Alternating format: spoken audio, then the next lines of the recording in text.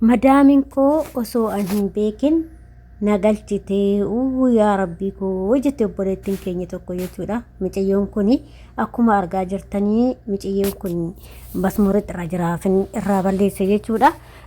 Madaamin koo osoo an yaadatin tikkeetti naa murtee jetti mucayyoon kun kan jirtullee yuunifoormiidha akkuma ishee hojjechaa jirtutti tikkeetti murteefi jechuudha. Dhugaa gara jabeenyi ilma namaa kun daangaa darbe dhugaa rabbii jechuudha.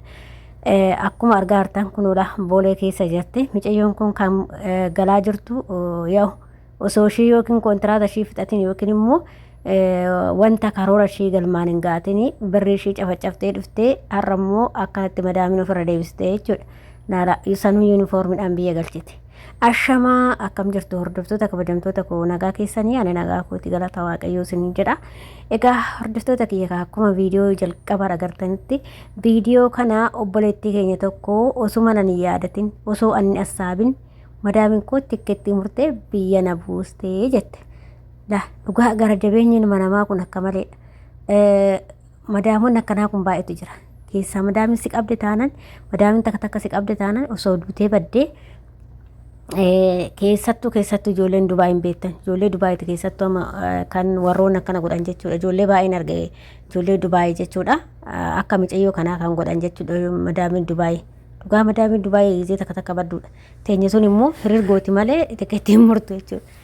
Innaa maasiniin jechuu barbaade tanani of eeggannoo godhaa dhugaa rabbachuudhaaf yoo manni sun baay'ee gaarii isin ta'uu baate dafaatechi baay'ee yookiin akkasuma immoo yoo madaamin teecha isin qabde dafaa mana sanii ba'a namoota godhadhaati mana sanii ba'a malee maaliif birrii baay'ee cafacafanii dhufanii gaafa immoo si qabdee har'a biyyatti si deebistu hedduu malee si caba jechuudha.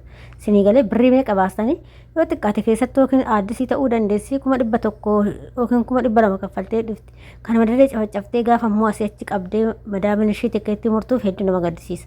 Garuu osoo biirootti deebistee biiroodhaan immoo hin qayyaramaa hin qayyarattee hojjetti jechuudha. Garuu ishiin biirootti illee hin deebistu.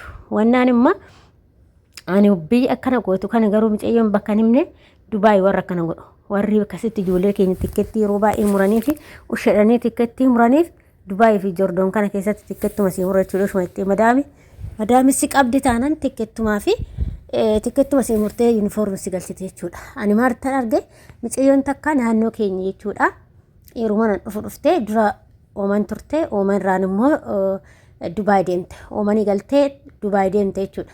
Dubaay deemte ji'a sadiitti osoo homaa wanni takka waan hin balleessu mallee hin qabu jette yuunifoormiidhaan ofirra deebiste. Yuunifoormiidhaan jechuudha. Yuunifoormii ishiin uffattu.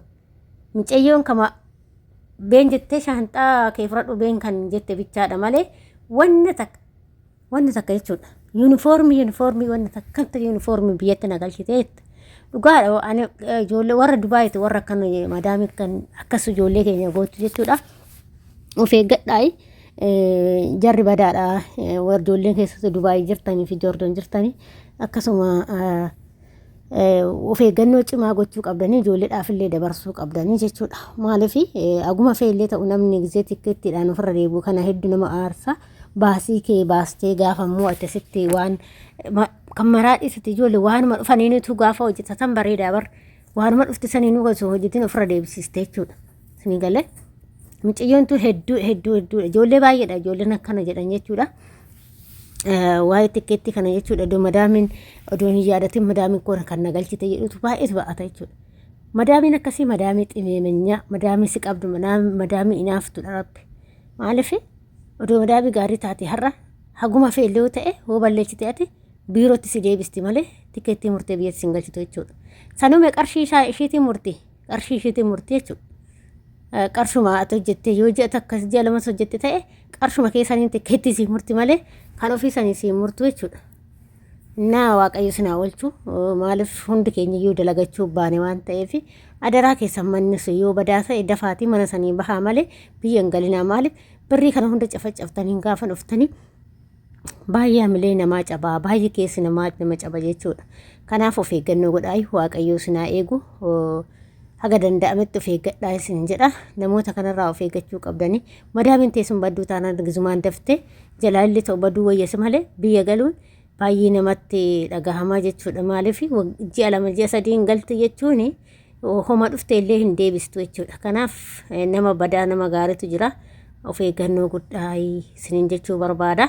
Hordoftoota kiyyaa ijoollee baay'eedha, ijoolleen akkaatti biyyatti bu'aa jiran hedduudha jechuudha.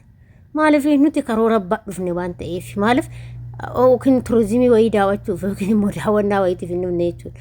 An biyya ormaa kaanee birrii keenya cafacafnee dhufnuufi hojjetannee of jijjiirree maatii keenya jijjiirudha. Garuu immoo gaafa isaan immoo akkana si godhan sitti dhaga'ama jechuudha. Baay'ee namatti dhaga'ama. Dhugaa rabbii hedduutti dhaga'ame mucayyoo kana jechuudha. Hedduutti akka gadditee jirti jechuudha. Maaliif ishiin amma aaddisii natti fakkaate yoona si'achi ilaalu aaddisiidha yuunifoormumaan ofirra galchite jechuudha. Odoo atillee balleessite ta'ee sin dhiisan. Dhugaa rabbii ani garuu tuni Dubaay natti fakkaate. Dubaay warri akkana nama godhu keessattuu madaamota Dubaay of eeggadhaa ijoolleen Dubaay deemtan. Sirriitti of eeggadhaa ijoolleen akkanaa kun baay'ee jira. Ijoolleen amma madaamiin nu galchitee madaamiin akkana taatee madaamiin akkas nu gooteedhaan baay'ee jira. Saawudii keessatti immoo tikkeettii muraniif yookiin tumuu yookiin immoo waanuma garaagaraa irratti raawwatu malee tikkeettii kana muruun beekan isaan. Tikkeettii muranii beesii galchuu kan hin beekan. Takka takkatu beeka malee akka Dubaay kanatti hin beekanii jechuudha. Kanaaf bakkuma hundaayyuu yoo ta'e hin jira waan ta'eef aadanaa of eeggadhaa. Akkasuma immoo yeroo waan namaa hojjettanii mana namaa keessallee of eeggannoo guddaan hojjedhaa yookiin harkaallee ijoolleen harka tokko illee deeman baay'eetu jira beektanii. Maaliif kaameraas ni argaa waan adda addaa yoo gootanii mana isaanii yoo siraatanii qulqulleessinee wanta kilaasii isaanii jiru yoo fuutanii wantoota akkasii sana of eeggannoo godhaa. Maaliif madaamiin akkasitti waan keessattuu waa hatti taanaan ati mana isaanii bakkatti biyya si buusti jechuudha. Ijoollee baay'ee dammoo ijoollee waa hatu harka dheeratan kun illee ijoollee baay'ee jira jechuudha. Hin danda'amu. Mana namaa keessatti erga hojjetteen booda harka hiixachuun hin danda'amu jechuudha. Yookiin immoo harkaan deemuu jedhama. Waan isaanii fuudhurraa of qusachuudha. Baqa. Maaliif mana hunduma kaameraan jira waan ta'eef isaan isin argan garuu kasi argu kaameraa si arga isaan immoo akkasumatti xaqaxaqanii si ilaalu jechuudha. Akkuma waan si bira jiraniitti si ilaalu kaameraadhaan jechuudha. Kanaaf of eeggannoo godhaayii isallee of eeggachuu qabdanii sirriitti of eeggannoo guddaadhanii Waaqayyo sinaa eegu isin jedha hordoftoota kiyya. Kanaaf mana namaa keessa gola namaa keessa gaafa dalagdanii of eeggannoodhaan dalagaa waan namaan tuqinaa doolchee cabdu yoo lafa jiraatte waan keetti akka hin makiin baqa. Fuudhituma isaanimatti kenne jechuudha. Innaa kanaaf waan baay'eedhaas si madaalu jechuudha. Keessayyuu madaamoonni akkana nama gootu sun waan baay'eedhaas si madaalte gara biyyaa si buusti jechuudha. Sinii galee gara biyyaa si buusti jechuudha. Kanaaf of eeggannoo godhaayii Waaqayyoon namaa eeguu haga danda'ametti immoo isinillee of eeggadhaa. Harka waan namaa kana tuquu waan namaa kana fuudhurraa of eeggannoo guddaa godhadhaa. Sirriitti of eeggadhaa. Waaqayyo sinaa eegu.